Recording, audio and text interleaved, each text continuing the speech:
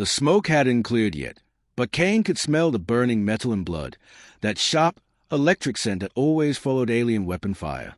He moved through the ruins carefully, boots crunching over glass that once belonged to a city window, rifle steady against his shoulder. The war was over, or so Command said, but nobody told the dead that. Then he saw movement. A tall figure stumbled from behind a collapsed wall, not human. Her armor shimmered with fading bioluminescent veins, like liquid silver running through glass. The insignia on her shoulder was unmistakable. Fire-akin Commander, one of the enemy's elite, one of the monsters who had wiped out his unit 2 weeks ago. Kane's finger hovered over the trigger. Before he could speak, she dropped her weapon. It clattered against the broken floor, echoing through the empty hole. Her knees hit the ground hard. Hands up, head bowed. Don't kill me, human. Her voice was hoarse, almost mechanical, but the tremor in it was real. I'll warm your bed if you let me live. Kane froze. He had seen fire-akin warriors tear through entire squads without flinching. They didn't beg. They didn't surrender. And yet here she was, trembling, bleeding, desperate. His training screamed to finish it. One shot, duty done. But another part of him, the human part buried under years of orders, hesitated. Her eyes lifted, faintly glowing amber through the smoke, and for a second he saw fear. Not alien fear, just fear. Who told you to say that? He muttered. No one, she said quietly. When a firer kneels, she binds her life to the one she kneels before. I offer mine. Kane lowered his rifle a fraction. You're telling me that's some kind of oath. She nodded, unblinking. Break it, and I die. Keep it, and I serve. He exhaled slowly. Maybe she was lying. Maybe this was a trap. But if it was the strangest one he'd ever seen. He stepped closer, eyes locked on hers. All right then, alien, he said quietly. You live, but one wrong move, and I'll make you wish you hadn't. Kane dragged her through the ruins until he reached the half-collapsed bunker he'd been calling home. A flickering generator hummed weakly in the corner, throwing dull yellow light across broken walls and scattered ration packs. He shoved her gently but firmly inside. Sit, he ordered. She obeyed without argument, settling cross-legged on the floor, her head bowed slightly. The strange silver patterns on her skin pulsed with each heartbeat, faintly illuminating the shadows. For a moment, the silence between them was unbearable. The only sound was the rhythmic crackle of the generator and the faint hiss of her breathing. Kane's hand shook slightly as he cleaned his rifle. It wasn't fear, or maybe it was. He wasn't used to seeing an enemy like this, so alive, yet so defeated. What did you mean earlier? He finally asked. About warming my bed. Her head tilted, confused. It is a pledge of warmth, protection, loyalty. Did I use a wrong human phrase? Kane sighed, rubbing the back of his neck. Yeah, definitely the wrong phrase. Her eyes widened slightly, glowing, curious, almost childlike now. Then what does it mean on your world? He coughed. Nothing important. A faint smile tugged at her lips, the first hint of emotion beyond fear. It disarmed him more than her weapon ever could. Hours passed. The night grew colder. Outside, distant thunder echoed, or maybe it was a sound of orbital strikes miles away. Kane tossed her a blanket. Don't get any ideas. It's just cold. She took it carefully, as if it were a sacred gift. Humans show mercy through comfort. I will remember. He didn't respond. Instead, he watched her as she examined the bunker, curious, cautious, like someone trying to understand another species for the first time. When the wind howled outside, she looked up and whispered something in her language, a soft, melodic phrase that seemed almost like a prayer. Kane didn't understand the words, but the tone made his chest tighten. He finally muttered, You really aren't what they said you were. Her gaze met his. Neither are you. And for the first time since the war began, Kane felt something foreign creeping in. Not suspicion, not pity, but understanding. Morning came slow and gray. The storm had passed, leaving a thin mist curling through the ruins. Kane sat by the entrance, brewing what passed for coffee in a tin mug, while the alien, Sarai, she had told him during the night, repaired a cracked energy cell with delicate precision. Her hands moved with confidence, not hesitation. He studied her quietly. Even with scars running across her jaw and neck, there was a strange grace about her. Every motion felt deliberate, disciplined, not the monster his briefings described. Finally, he broke the silence. You said your people serve when they kneel. That true for all of you, or just you? She didn't look up. It is not servitude as you understand it. It's surrender or hostility. When a Thyra gives their word, it binds our life force. If we betray it, our heart fails. He frowned. So if you lied to me, I'd already be dead, she finished calmly. Her honesty hit him harder than he expected.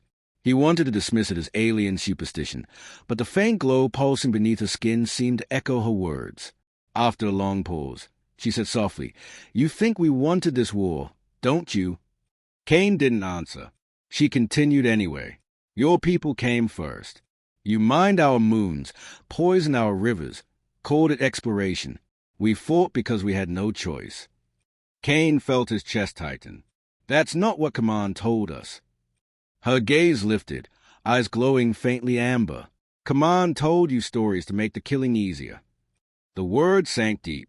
Cain stared at the cracked floor, remembering the cities they burned, the civilians caught in crossfire, the orders he never questioned.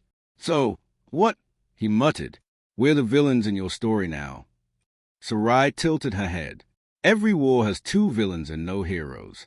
But you hesitated when I begged. That makes you different. He wanted to argue, but couldn't. The truth was heavy, heavier than the rifle at his side. Outside, a distant rumble echoed again, sharper this time. Not thunder. Engines. Sarai's eyes narrowed. They are coming. Cain stood, grabbing his gear. Who?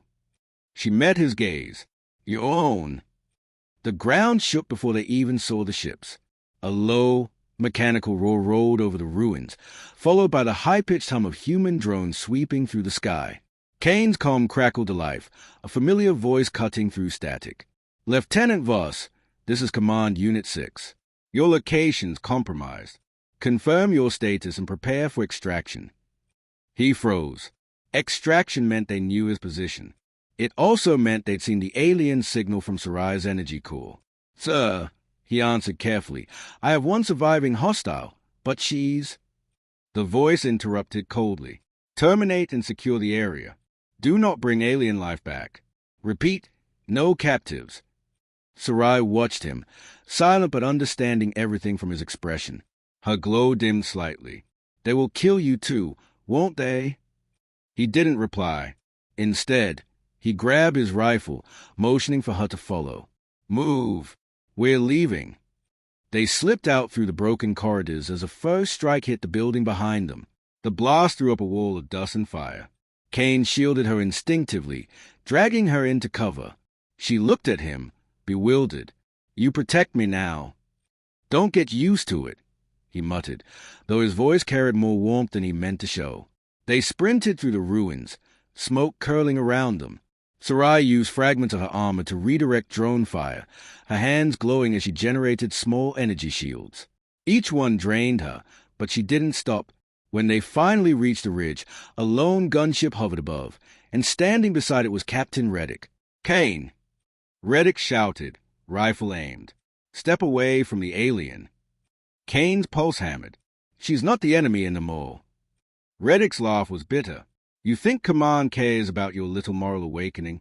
Orders are orders. Kill her, or I'll kill you both. For a moment, the world held its breath.